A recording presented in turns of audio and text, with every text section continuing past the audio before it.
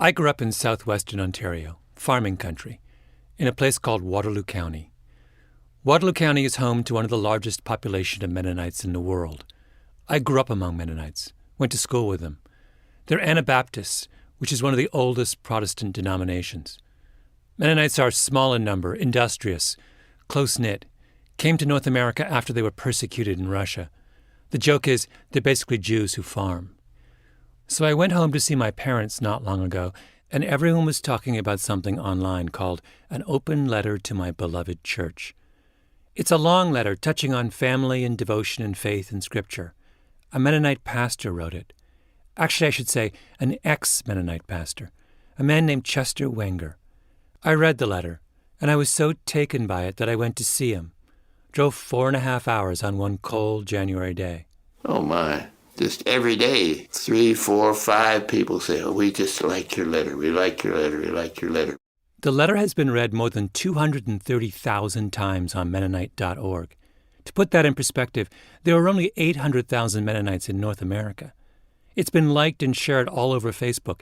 Hashtag Chester Wenger is a thing. I asked Wenger if he anticipated any of his words going viral. I didn't even know what viral meant. The letter went viral. What's that mean? It's like a virus. It just spread. I was shocked. My name is Malcolm Gladwell. This is Revisionist History, my podcast about things misunderstood and overlooked.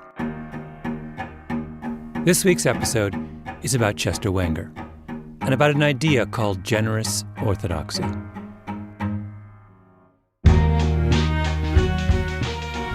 That phrase, generous orthodoxy, comes from a theologian named Hans Frey. It's an oxymoron, of course. To be orthodox is to be committed to tradition. To be generous, as Frey defines it, is to be open to change. But Frey thought the best way to live our lives was to find the middle ground. Because orthodoxy without generosity leads to blindness, and generosity without orthodoxy is shallow and empty. One of the hardest things in the world is to find that balance, not just for those pursuing a life of faith, but for anyone interested in making their world better. I think Chester Wenger shows us the way.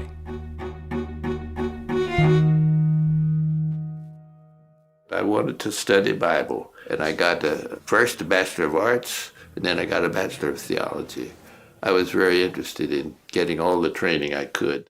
Wenger lives in Lancaster, Pennsylvania, another Mennonite enclave, in a little house just off the turnpike, where he and his wife Sarah Jane brought up their 8 children. Wenger has a barrel chest, straight back, real handshake, big head of white hair. He looks a little like a cross between Colonel Sanders and an NFL linebacker. He's 98 years old. This is the part of the evening that I remember the most, at the very end of several hours in his tiny living room. It nearly brought me to tears. I had a verse that I thought I wanted to read from Romans. It's very familiar.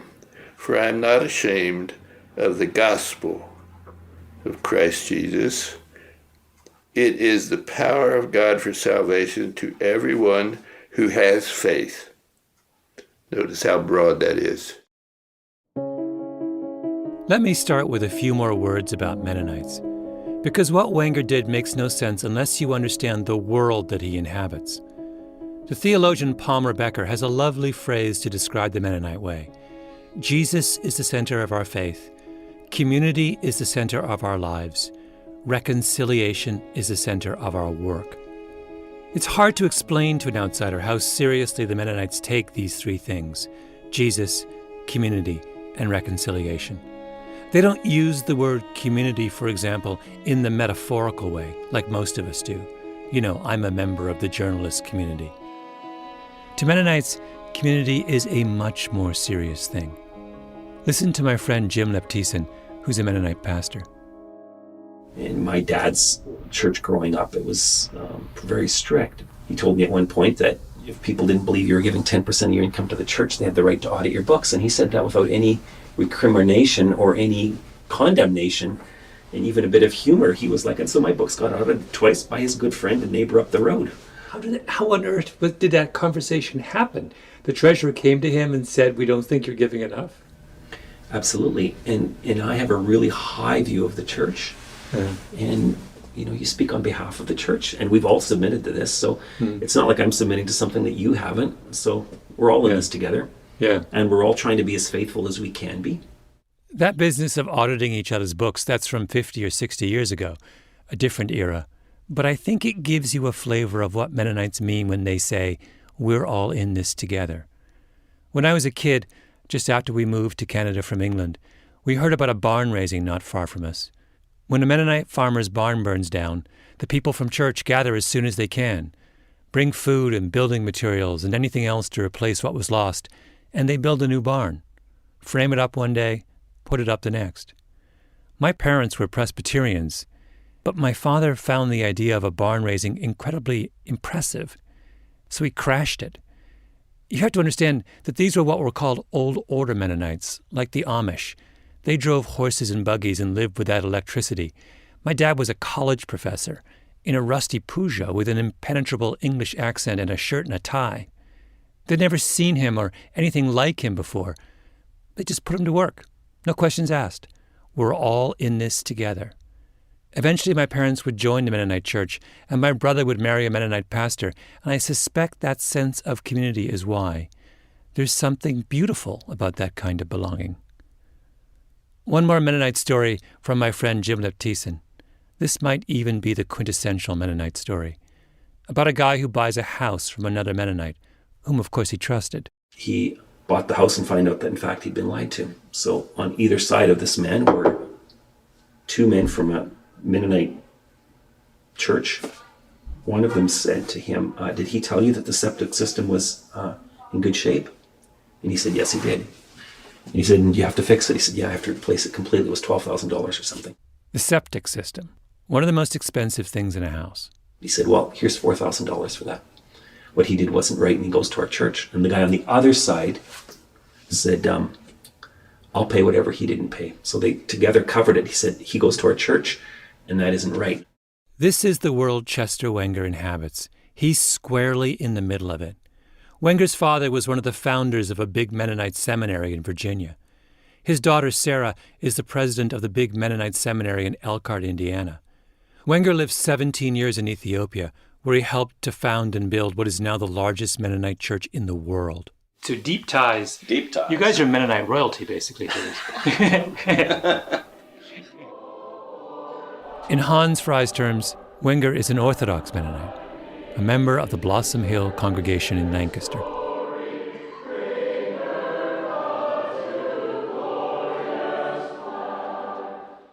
But there's another side to him. Mennonites come in all kinds of shapes and sizes. My parents' church in Ontario is pretty liberal, full of college professors and software engineers and teachers. My mom and her best friend Lorraine were doing feminist retreats back in the 70s.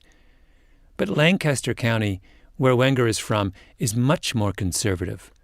The Mennonites there didn't accept women as ordained ministers until a couple of years ago. And that was something that Wenger struggled with, because he's not just Orthodox. He's generous. He's open to the world. He spent 10 years as pastor of Blossom Hill in the 1980s. So when it came to the prohibition against female pastors, Wenger would do a kind of workaround. The rules said women could not be ordained as ministers, meaning they couldn't be formally recognized as church leaders. But they could still talk on Sunday morning, right? I used women in the pulpit that weren't ordained. I'd preach, and then next Sunday I'd have this woman preach. And then I'd have my wife preach. I didn't want to do all the preaching. I would. If no one questions your loyalty, you can get away with that kind of subversion. Chester Wenger walked that fine line, orthodox but also generous, until one day Chester's son Philip comes to him, and the line becomes almost impossible to walk at all.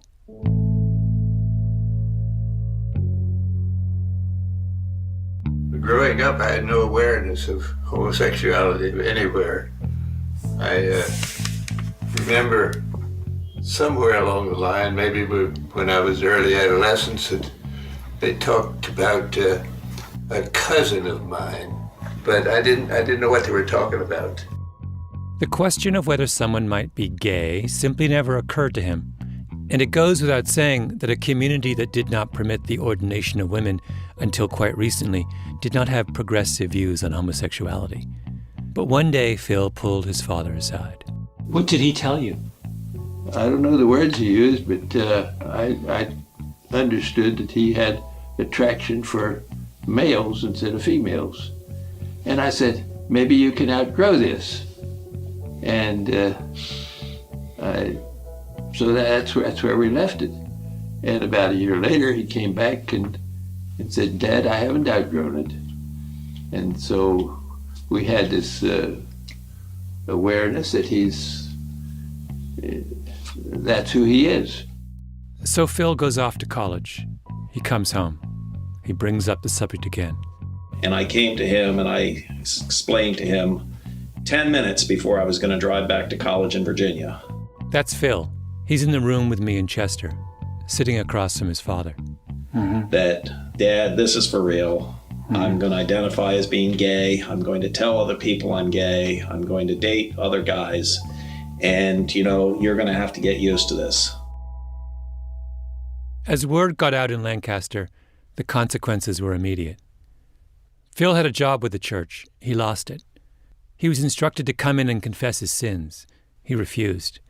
Chester Wenger had a position in the Mennonite administration in Lancaster at the time and attended a local Mennonite church. One Sunday morning, the pastor got up and made an announcement. He just read off in church one day that Phil Wenger is no longer a member of our congregation.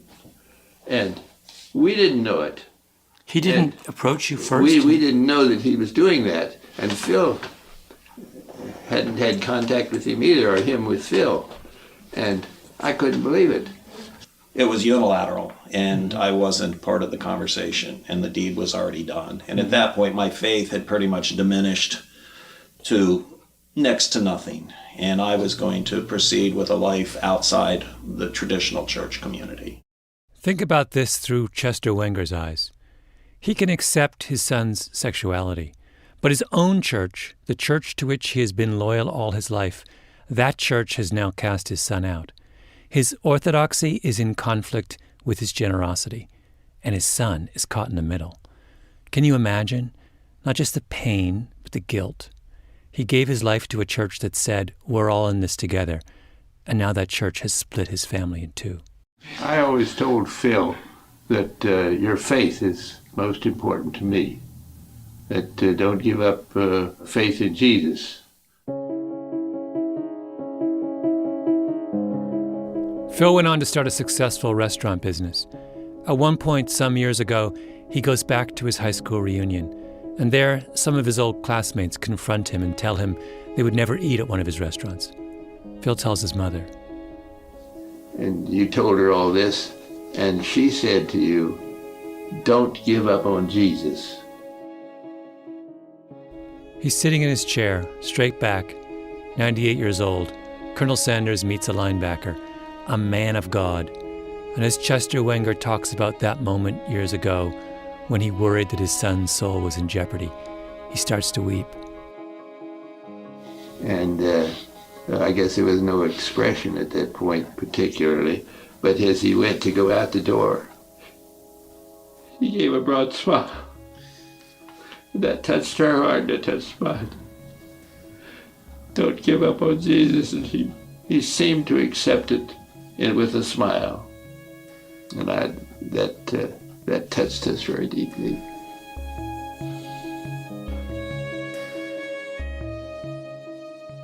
At the beginning of this story, I said that balancing loyalty and conscience is just about the hardest thing to do.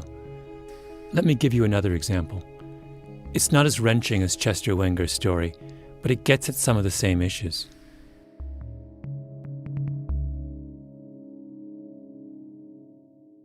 It's from Princeton University, one of the schools that's been swept up in the recent wave of campus unrest. The controversy is over Woodrow Wilson, who was president of Princeton from 1902 to 1910, and, of course, later went on to serve 2 terms as president of the United States. Princeton named one of its most prestigious graduate schools after him, the Wilson School of Public and International Affairs. Wilson did many remarkable and important things as the head of Princeton and later as president. But he was a racist, and not a mild one, a kind of nasty one. So in the fall of 2015, activists at the school staged a 32-hour sit-in in the office of the Princeton president. They want Wilson's name off the graduate school. Woodrow Wilson perpetuated an ideology that has led to the continual genocide of black people in this country. He is a murderer. We owe him nothing. This university owes us everything. I walk around this campus understanding. Jacob Smith, one of my producers, talked to one of the protesters, a sophomore named Will Glory Tanjon. The promise of Princeton, she argues, is that all its students will feel at home. This campus is for you. But everywhere she goes, she sees pictures of Wilson. Everywhere. Even in the most random places, there are rooms that have just all these huge photos of this white man peering down on you, right? So when you see these kind of things, you really feel like, was this university meant for me, or is it still really meant for white men? Now, I happen to agree with Tanjon. How do you think Princeton became one of the wealthiest universities in the world? The place is ground zero for rich white guys. Just walk around campus. There's the Carl Icahn Laboratory. That's Carl Icahn, rich white male corporate raider billionaire. There's the Frick Chemistry Laboratory. That's Henry Clay Frick, white male robber baron. The Firestone Library. That's the rich white guy who started Firestone Tires. The Bezos Center for Neural Circuit Dynamics. You know, the rich white guy who founded Amazon. Look over there. It's the Lewis Center for the Arts. That's Peter Lewis, the white guy who started Progressive Insurance. The John Scully Center for the Neuroscience of Mind and Behavior. Scully, a rich white guy. Not to be confused, by the way, with the other John Scully, a rich white guy who used to run Apple. This is the even richer John Scully who manages billions of dollars on Wall Street. Do I need to go on? Rockefeller Hall, richest white guy ever. Of course, there's also Emma B. Bloomberg Hall. Emma Bloomberg, not a white guy, except, wait, she's the daughter of Michael Bloomberg, super like $43 billion rich white guy. They don't hide their identities at Princeton. They put their identities on every single building on campus. A few weeks after the students sit-in, there was a town hall meeting on the Princeton campus to discuss whether or not to change the name of the Wilson School. I really hope that people really think about why we are so tied to this name. Like, what really changes if we change the name? It was held at the Richardson Auditorium. Lots of dark wood and stone, tapestries on the wall. By the way, a building named in honor of David B. Richardson, class of 33, usefully described in the Princeton promotional literature as a, quote, lifelong enthusiast of classical music and a successful lawyer and investor. Another rich white guy. Think about it. Princeton literally could not find a single place to discuss the troubled legacy of a rich white guy that was not named after a rich white guy. Here's the first guy who gets up to speak. I'm Harvey Rothberg, the great class of 1949. I absolutely believe that the name of Woodrow Wilson should be preserved at the head of the School of Public and International Affairs. Rothberg says it's important that everyone know who Wilson was and what the man did. There could be a memorial plaque engraved in bronze and so on, which would detail in a short paragraph his great achievements as president of this university. And in a second paragraph, his great achievements as president of the United States and on the international scene as well. But there could also be a final paragraph, a short one, which would say something like, Wilson's prejudiced views on racial matters were undoubtedly influenced and shaped by his background and his growing up in the postbellum South. Then another alum gets up, and he agrees. He's a giant. You can't just take his name off of schools or colleges. We have to keep them. All people are flawed. He also likes the plaque idea. But this speaker has a quibble with the short paragraph about prejudice. I think it can't just say Wilson was influenced by the prevailing mores of the time, because a man of his stature should have seen beyond that.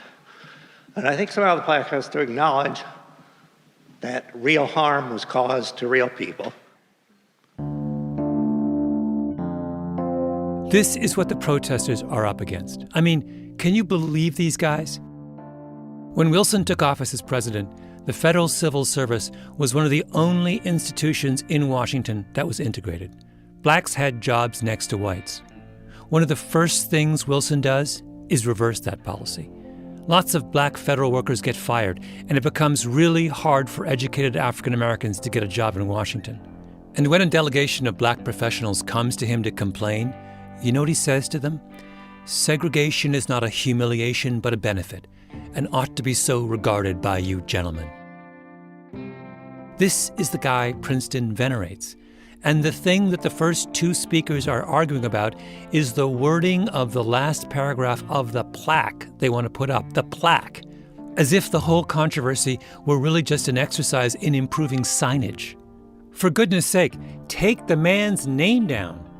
If you don't want to change the school's stationery, just choose another Wilson. There are lots of Wilsons out there who don't hate black people. Jackie, Rita, Russell, Flip, Rebel, Owen. How about the Owen Wilson School of Public and International Affairs? But the only way people like this are going to listen to the protesters is if they think the protesters care about Princeton the way it is. They'll accept generosity only if it comes with some orthodoxy. They want some acknowledgement that the protesters appreciate what they've been given, some concession that the rich white guys who make them so uncomfortable also made it possible for them to attend a school that looks like Versailles. If Versailles, by some accident of history, had been built not outside of Paris, but between Trenton and Newark, New Jersey. But instead, what do they hear? This university owes us everything. I walk around this campus understanding that this was built on the backs of my people, and I owe none of you guys anything. We owe white people nothing, if not for the evilness and of white hatred in this country. We would not have to be fighting for our rights. All of this is mine. My people built this place. She's angry. She's passionate. Maybe right now she regrets her choice of words. When I was an angry young student a generation ago, I ended up regretting my words.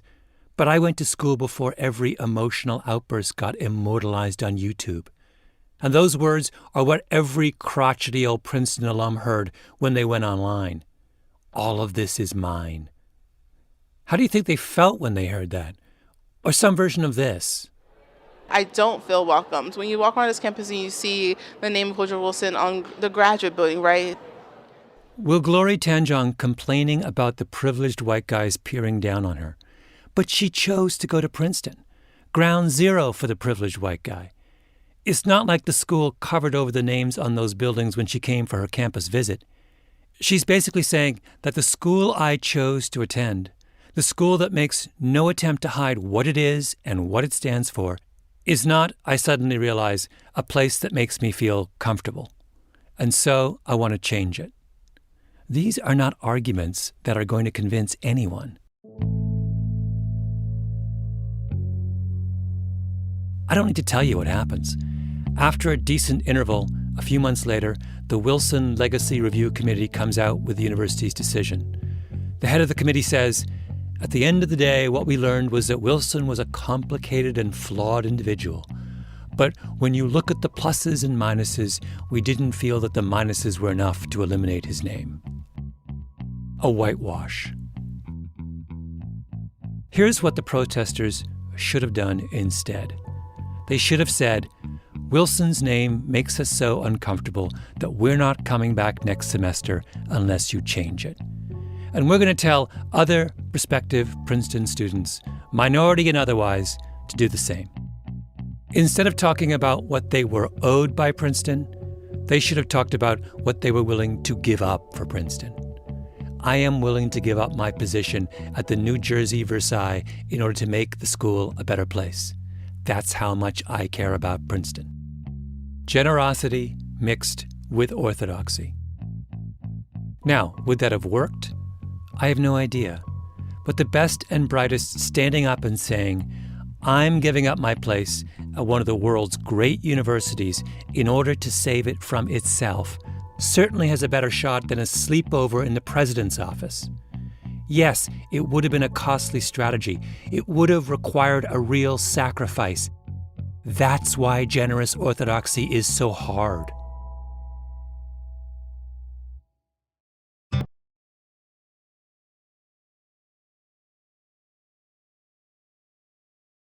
When he was 29, Phil Wenger fell in love with a man named Steve. They had been together ever since. Then, about 10 years ago, Gene Robinson became the first openly gay bishop in the Episcopal Church, and Phil and Steve found themselves a new spiritual home. I was confirmed and joined the Episcopal Church, and I invited Mom and Dad to come and participate in that service, and a couple of other siblings came.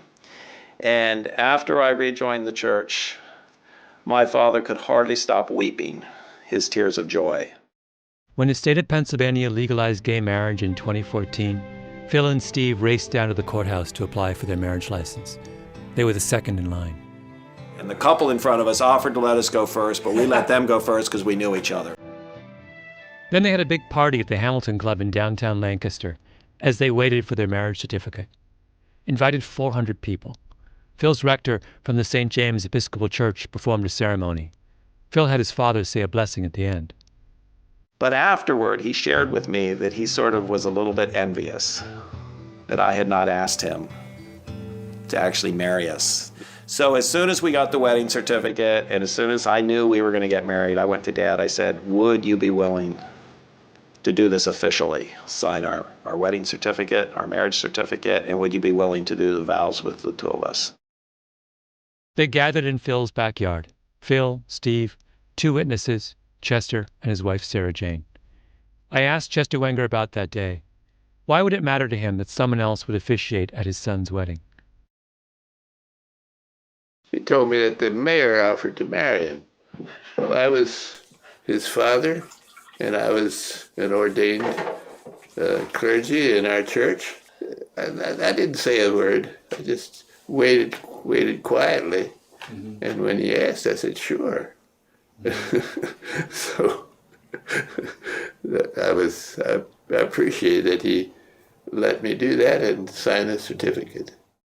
With that act, Chester Wenger made his family whole. He welcomed his son back into the fold of family and religious community. But he knew what that meant. It meant that he had broken the rules of his own church, which do not acknowledge same-sex marriages.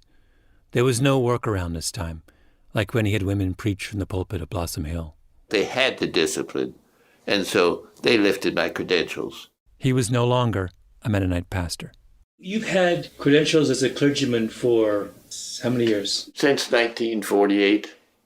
How did it feel to be stripped of them? It didn't make any difference to me because I'm the same person I am. I'm respected in my congregation. I don't intend to marry anybody else. I don't intend to be an authority for anyone. I just have a heritage, a life that I've lived. So they took away something that I'll never use anyway. Mm-hmm. I did think you might want to marry one of your great-grandchildren someday. He laughs, but of course it made a difference to him. It made all the difference in the world. He gave up his profession, his position within the church, his identity, so he could officiate at the marriage of his son. He sacrificed. He gave something up because his son had been excluded from the world of church and family.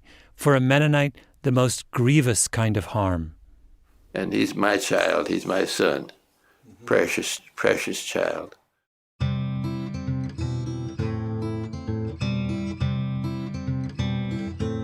Then Chester Wenger wrote his letter, an open letter to the Mennonite Church, the letter that went viral, written by the man who wasn't even sure what viral meant. It's a long letter, but here are the two sentences that struck me the most. When my wife and I read the Bible with today's fractured, anxious church in mind, we ask, what is Jesus calling us to do with those sons and daughters who are among the most despised people in the world, in all races and communities? What would Jesus do with our sons and daughters who are bullied, homeless, sexually abused, and driven to suicide at far higher rates than our heterosexual children? That's generous, Chester Wenger, open to seeing the world in new ways. But there's no anger in his letter. Alongside the generosity is orthodoxy, respect for the body he is trying to heal. He goes on to say that he reported his transgression to the church leadership himself. He told them what he had done, and they responded, and these are his words, with grace-filled pastoral listening. And then he writes, I am at peace with their decision and understand their need to take this action.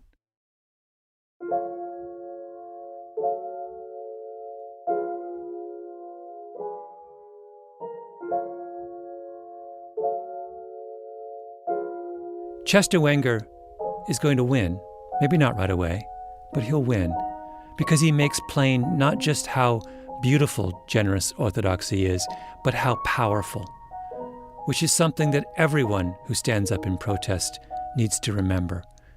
You must respect the body you are trying to heal. Were you going to read something to us, Chester? I had a verse that I thought I wanted to read from Romans. It's very familiar. For I am not ashamed of the gospel of Christ Jesus. It is the power of God for salvation to everyone who has faith. The gospel is open. I just think that's so precious.